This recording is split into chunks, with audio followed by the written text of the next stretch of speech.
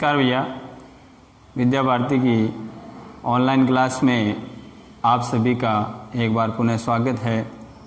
हम कक्षा 12 जीव विज्ञान का पाठ 8 पादपों में खनिज पोषण का अध्ययन कर रहे हैं, जिसके अंतर्गत आज हम पौधों के अनिवार्य पोषक तत्वों के बारे में पढ़ते हैं कि अनिवार्य पोषक तत्व क्या होते हैं, उनकी अनिवार्यता के लिए क्या क्या गुण आवश्यक हैं, अनिवार्य पोषक तत्वों को कितने भागों में विभाजित किया गया है, इनके बारे में आज हम अध्ययन करेंगे।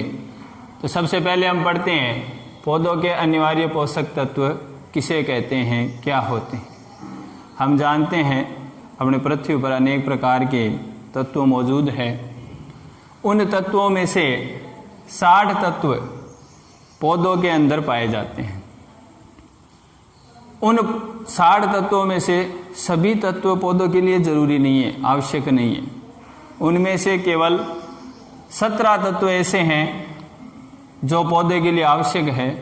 उन तत्वों को अनिवार्य पोषक तत्व कहा जाता है और शेष जो 43 है उन्हें अनावश्यक पोषक तत्व कहा जाता है। तो अनिवार्य पोषक तत्व पृथ्वी पर पाए गए तत्वों में से लगभग 60 तत्व पौधों में पाए जाते हैं। पौधे को जब सुखाकर उसकी भस्म तैयार करते हैं तो उसमें 60 तत्वों की मौजूदगी प्रदर्शित होती है। उनमें से ये सभी तत्व पौधे के लिए आवश्यक नहीं है। इनमें से पौधे की सामान्य वृद्धि के लिए केवल 17 तत्व ही आवश्यक है। यानी केवल पौधे ज़्यादातर 17 तत्वों का ही उपयोग करते हैं, जिन्हें हम अनिवार्य तत्व कहते हैं। और ये तत्व क्या कहलाते हैं? ये जो 17 तत्व है ये अनिवार्य तत्व कहलाते हैं।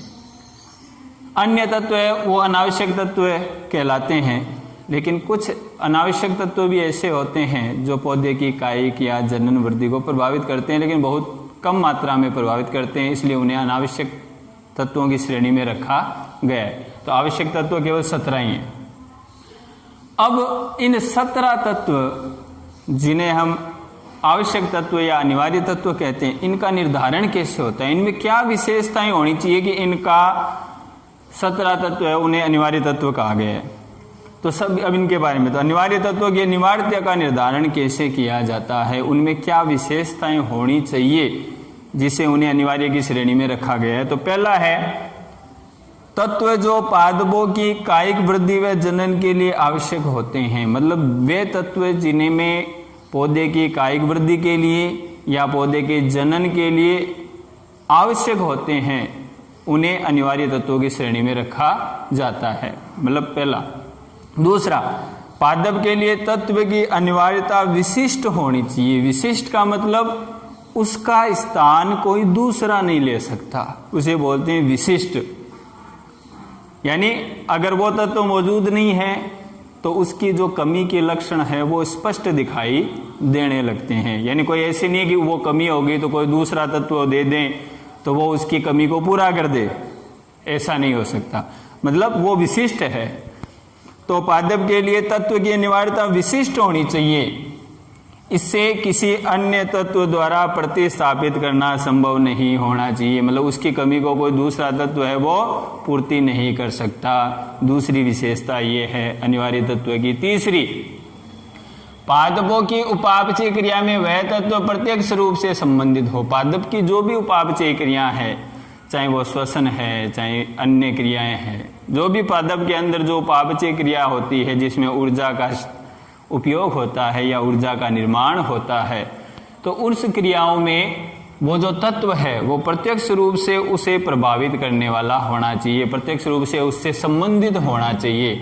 उसको अनिवार्य तत्व की श्रेणी में रखा जाता है।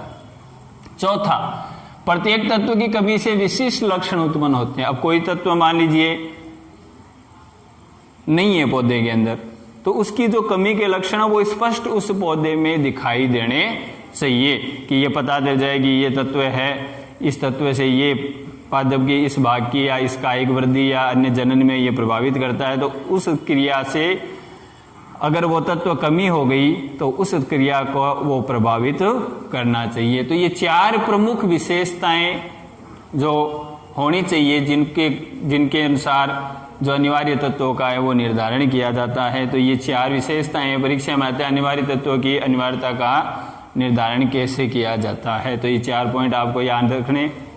अब हम आगे बात करते हैं कि अनिवार्य खनिज तत्वों का वर्गीकरण कितने भागों में किया गया है? 2 भागों में किया गया है। पहला है दीर्घ या वृहत पोषक तत्व और दूसरा है सूक्ष्म या न्यून पोषक तत्व। ठीक है, तो पहले हम दीर्घ या वृहत पोषक तत्व के बारे में पढ़ते हैं, फिर सूक्ष्म के बारे में पढ़ेंगे। तो दीर्घ या वृहत पोषक तत्व किसे कहते हैं?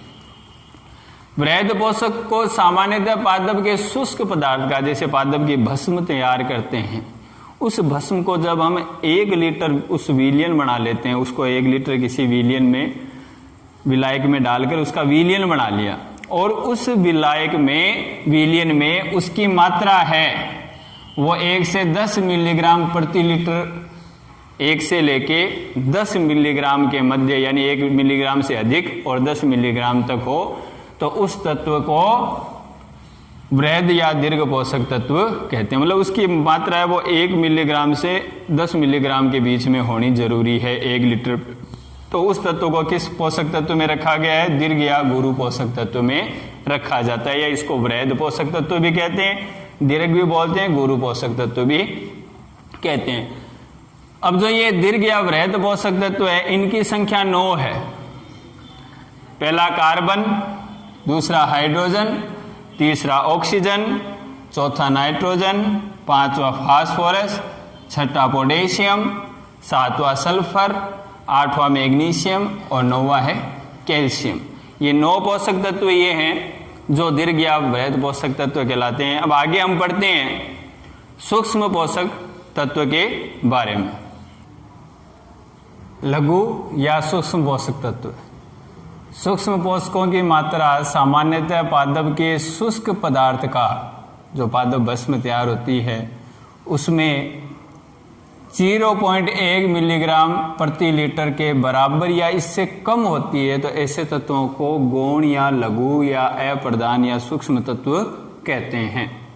यानी इनकी मात्रा 0.1 मिलीग्राम प्रति लीटर विलयन में या इसके बराबर या इससे कम हो, तो ऐसे तत्व क्या कहलाते हैं? सूक्ष्म, अप्रधान, गौण या लघु पोषक तत्व कहलाते हैं। इनकी संख्या 8 है। लोहा, iron, boron, manganese, copper, zinc, molybdenum, chlorine और निकल, ये 8 तत्व हैं जिन्हें हम गौण, लघु या सूक्ष्म पोषक तत्व कहते हैं। तो 9 हो गए वृहद और 8 हो गए सूक्ष्म पोषक तत्व। अब हम इनमें कुछ अलग से प्रश्न कई बार पूछे जाते हैं, उनके बारे में अध्ययन करते हैं। जैसे परीक्षा में पूछ ले मध्यवर्ती पोषक तत्व कौन से हैं, तो मध्यवर्ती पोषक तत्व लोहा और बोरोन है। क्यों है? क्योंकि इनकी मात्रा सूक्ष्म पोषक तत्वों में सबसे ज़्यादा है और इनकी तुलना में ज़्यादा ही होती है, इसलिए इनको वृहद और सूक्ष्म दोनों के बीच की कड़ी कह दें या मध्यवर्ती कह दें, ये दोनों तत्व मध्यवर्ती पोषक तत्व कहलाते हैं। दूसरा है प्राथमिक वृहद पोषक किसे कहते हैं? तो प्राथमिक वृहद पोषक वे होते हैं जिनकी मात्रा सबसे ज़्यादा होती है पादप के अंदर, और वो कहलाते हैं प्राथमिक वृहद पोषक तत्व। और ये 3 है, NPK, नाइट्रोजन, फास्फोरस और पोटेशियम। द्वितीय वृहद पोषक, इनकी तुलना में इनकी मात्रा कम होती है, इसलिए इनको द्वितीय वृहद पोषक कहते हैं। ये 3 है, कैल्शियम, मैग्नीशियम और सल्फर। तो ये ध्यान में रखने। फिर आता है एक कार्यात्मक या लाभदायक तत्व। हमने 17 पोषक तत्वों के बारे में पढ़ा। उन पोषक तत्वों के अलावा कुछ पोषक तत्व ऐसे होते हैं जो कुछ विशेष या उच्च श्रेणी के जो पादप होते हैं उनमें इनकी आवश्यकता होती है। तो 17 तत्वों के अतिरिक्त, इन 17 के अतिरिक्त कुछ तत्व उच्च श्रेणी के पौधों के लिए आवश्यक होते हैं। ऐसे तत्वों को कार्यात्मक या लाभदायक तत्व कहा जाता है। ये है कोबाल्ट, सोडियम और सिलिकॉन। कोबाल्ट, सोडियम और सिलिकॉन, तो इनके बारे में ध्यान रखना है। तो ये प्रश्न इनमें से पूछ सकते हैं। अब हम पढ़ते हैं कि जो अनिवार्य तत्व है 17, उनका कार्य के आधार पर वर्गीकरण किस प्रकार से किया गया है। तो कार्य के आधार पर इनको 4 भागों में विभाजित किया गया है। पहला है संरचनात्मक तत्व। संरचना जो पादप के कायिक भागों के निर्माण में उपयोग आते हैं उनको संरचनात्मक तत्व। तो कार्बन, हाइड्रोजन और ऑक्सीजन CHO को संरचनात्मक तत्व कहते हैं। ये कार्बोहाइड्रेट C6H12O6N कार्बोहाइड्रेट्स का अंश का निर्माण करते हैं या कोशिका भित्ति का निर्माण करते हैं, कहना मतलब कायिक भागों का या उसकी संरचना का निर्माण करते हैं। तो ऐसे तत्वों को क्या बोलते हैं? संरचनात्मक तत्व कहा जाता है। तो ये 3 है, कार्बन, हाइड्रोजन और ऑक्सीजन। दूसरा है ऊर्जा संबंधी तत्व, जो ऊर्जा से रिलेटिव तत्व होते हैं, जो ऊर्जा के उत्पादन या बनाने में या क्लोरोफिल के निर्माण में इनमें काम आते हैं। तो वे तत्व जो पौधों की ऊर्जा से संबंधित यौगिकों जैसे एटीपी के निर्माण में फास्फोरस का उपयोग होता है और क्लोरोफिल के निर्माण में मैग्नीशियम की आवश्यकता होती है। तो ये फास्फोरस और मैग्नीशियम ये ऊर्जा संबंधी तत्व होते हैं। एंजाइम सक्रिय, वे तत्व जो एंजाइमों की क्रियाशीलता को सक्रिय करते हैं या उनको सक्रिय करके कार्य करने के योग्य बनाते हैं। तो ऐसे तत्वों को एंजाइम सक्रिय तत्व कहते हैं। तो वे तत्व जो एंजाइमों के सक्रियक व निरोधक उनकी क्रिया को शुरू करने और निरोधक रोकने के लिए जो कार्य करते हैं, जैसे manganese Mn, magnesium Mg, Zn zinc और मोलिब्डेनम आदि तत्व है वो कौन से तत्व कहलाते हैं? एंजाइम सक्रियक तत्व कहलाते हैं। और लास्ट है पराश्रयणी तत्व, जिसके माध्यम से विभिन्न पदार्थों का आदान प्रदान होता है या एक स्थान से दूसरे स्थान पर आवागमन होता है, वे तत्व। तो वे तत्व जो पादपों में कोशिकाओं की परासरण कार्यों का संतुलन करते हैं, ऐसे तत्वों को परासरणी तत्व कहा जाता है। जैसे पोटेशियम है, क्लोरीन है आदि है।